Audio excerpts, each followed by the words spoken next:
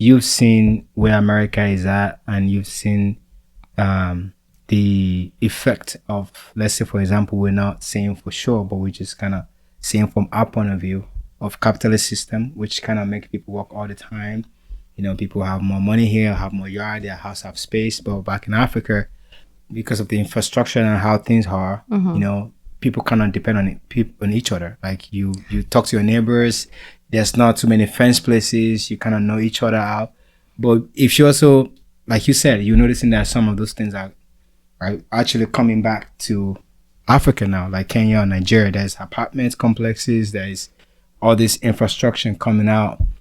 How do you think that is going to affect us? Because we're not actually, maybe it's better for Americans to be individuals and independent. And I can say as an African that live in America that I know I'm not made to be just alone all the time. I can do it for a little stretch of time, but after a while I need to just be around people just because of how we are raised.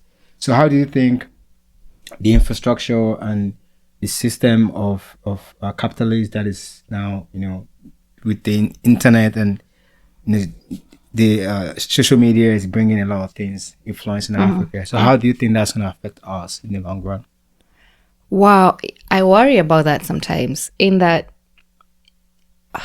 however, yeah, I do worry about that, like where we're headed. In that, are we conscious enough to, because we don't have to go through every challenge that the first world has gone, like we are not, we should be able to like study, like we want to, because we have something to compare, right?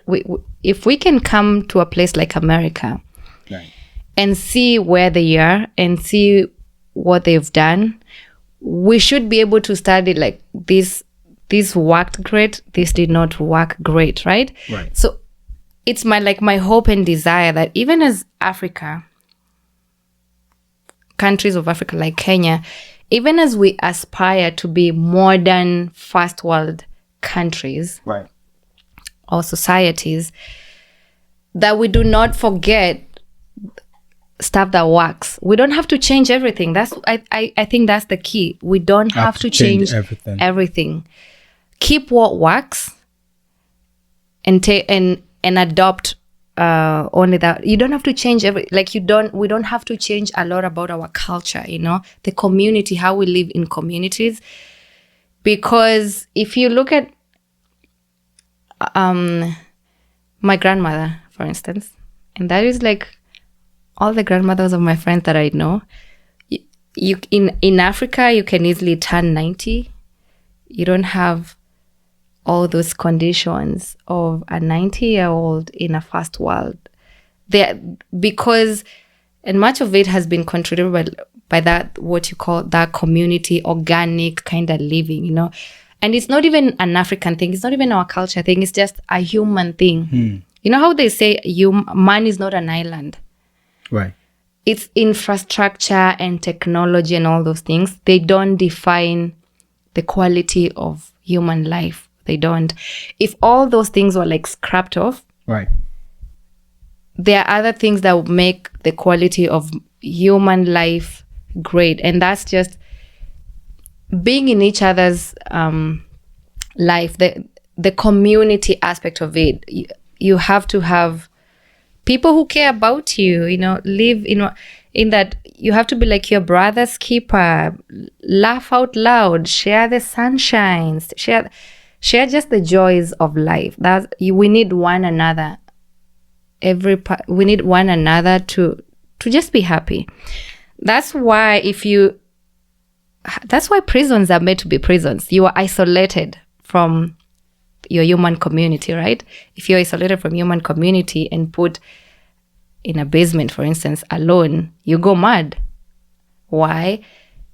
You're a human being, meant to be isolated. You're meant to be in there, to enjoy, to be one, to be connected. So even as we develop and do all those things, I wish there are some things about our culture that we don't have to change. I wish we're just not hungry for too much modernization that we forget about just that community, just checking up on each other, the oneness, that pure love that comes from like heart to heart. We can literally just be in the streets and I genuinely care about you and I can come through for you.